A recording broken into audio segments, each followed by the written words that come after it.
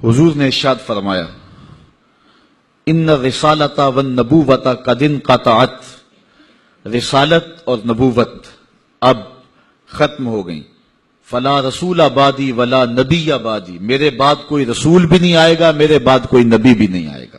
بہت سارے لوگ مختلف زمانوں کے اندر نبوت کے دعوے کرتے رہے اور اپنے انجام بد کو پہنچتے رہے، اور سب سے بڑا فتنہ جو پیدا ہوا وہ قادیان کا دجال مرزا قادیانی۔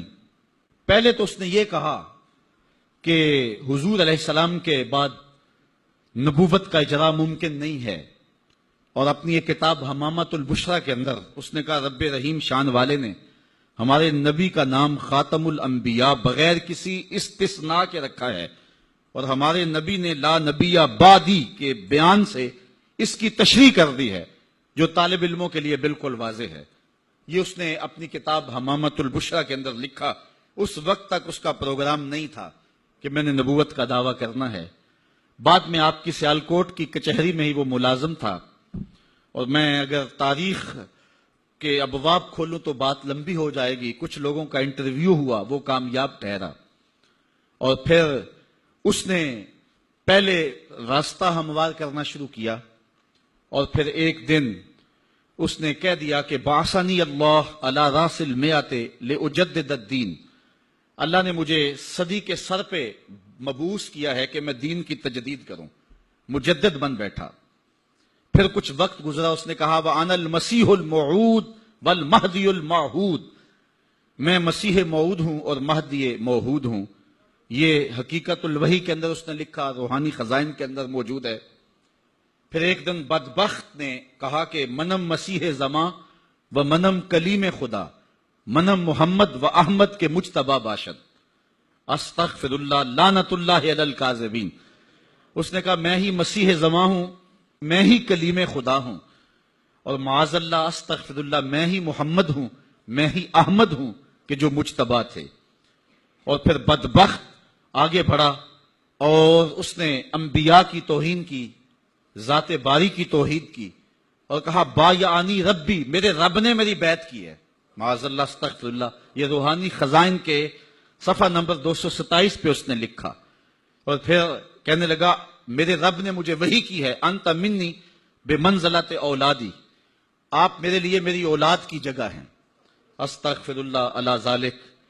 پھر اس نے کہا ابن مریم کے ذکر کو چھوڑو، اس سے بہتر غلام احمد ہے، استغفر اللہ۔ پھر اس نے لفظ گھڑنے شروع کر دیے اور اللہ کی وحی اس کو قرار دینا شروع کر دیا۔ میرے پاس اتنا وقت نہیں ہے کہ اس کے حفوات اور اس کی بکواسات کو آپ کے سامنے رکھوں، لیکن جو اس نے وحی کے نام سے لوگوں تک پہنچایا وہ گالیاں تھیں، وہ لغویات تھے، وہ الوہیت کی توہین پر مشتمل باتیں تھیں، انبیاء کی توہین تھی، صحابہ اور اہل بیت کی توہین تھی، اور تضادات پر مشتمل باتیں تھیں۔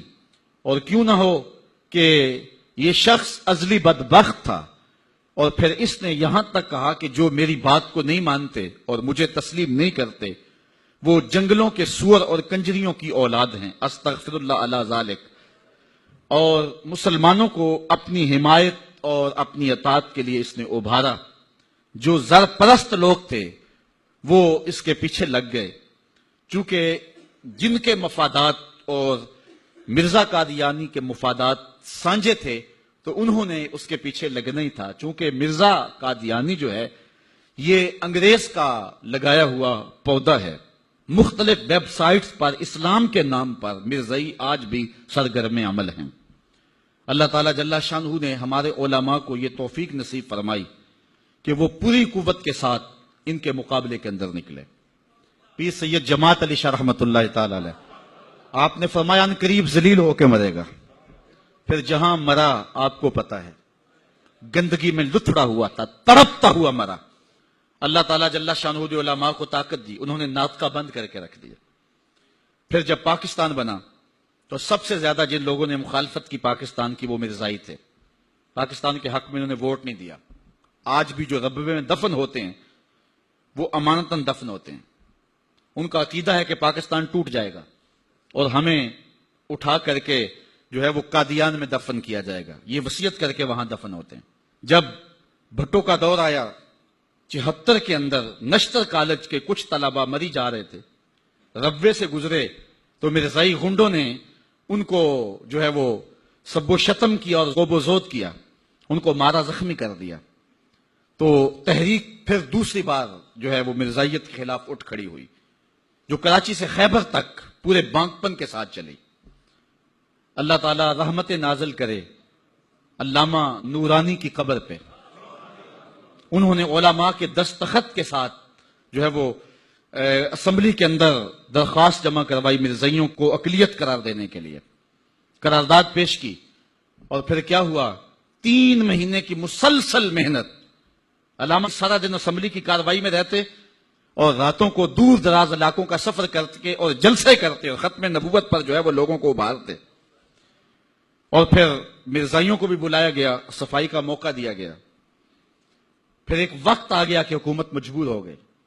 مسٹر بھٹو علامہ نورانی سے کہنے لگے، نورانی صاحب یہ تو مدارس کے دارالفتاء کا مسئلہ ہے جو آپ اسمبلی میں لے آئے، یہ تو علماء کا کام ہے کہ کون کافر ہے اور کون مومن ہے، تو آپ اس کو اسمبلی کے فلور پہ لے آئے ہیں تو اس کو مدارس میں حل کرنا چاہیے تھا۔ تو حضرت علامہ نورانی نے جو جواب دیا وہ بڑا خوبصورت تھا۔ فرمانے لگے، بھٹو صاحب مجھے ایک بات بتا دیں، آپ منتخب وزیر اعظم ہیں، اگر آپ کے مقابلے میں کوئی کرسی بچھا کے بیٹھ جائے تو آپ اس کے بارے میں کیا رائے رکھتے ہیں؟ تو بھٹو کہنے لگا، یا وہ باغی ہے یا وہ پاگل ہے۔ تو کہا، بھٹو صاحب وزارت کی کرسی چھوٹی ہے، ختم نبوت کی کرسی بڑی ہے، اب جو کہتا ہے میں نبی ہوں ماننا پڑے گا، یا پاگل ہے یا باغی ہے۔ پھر وہ وقت آیا، 7 ستمبر کی شام تھی کہ اسمبلی کے فلور پر جدھر دیکھتے تھے نعرہ رسالت اور نعرہ توحید اور ختم نبوت زندہ باد کے نعرے ہی گونج رہے تھے۔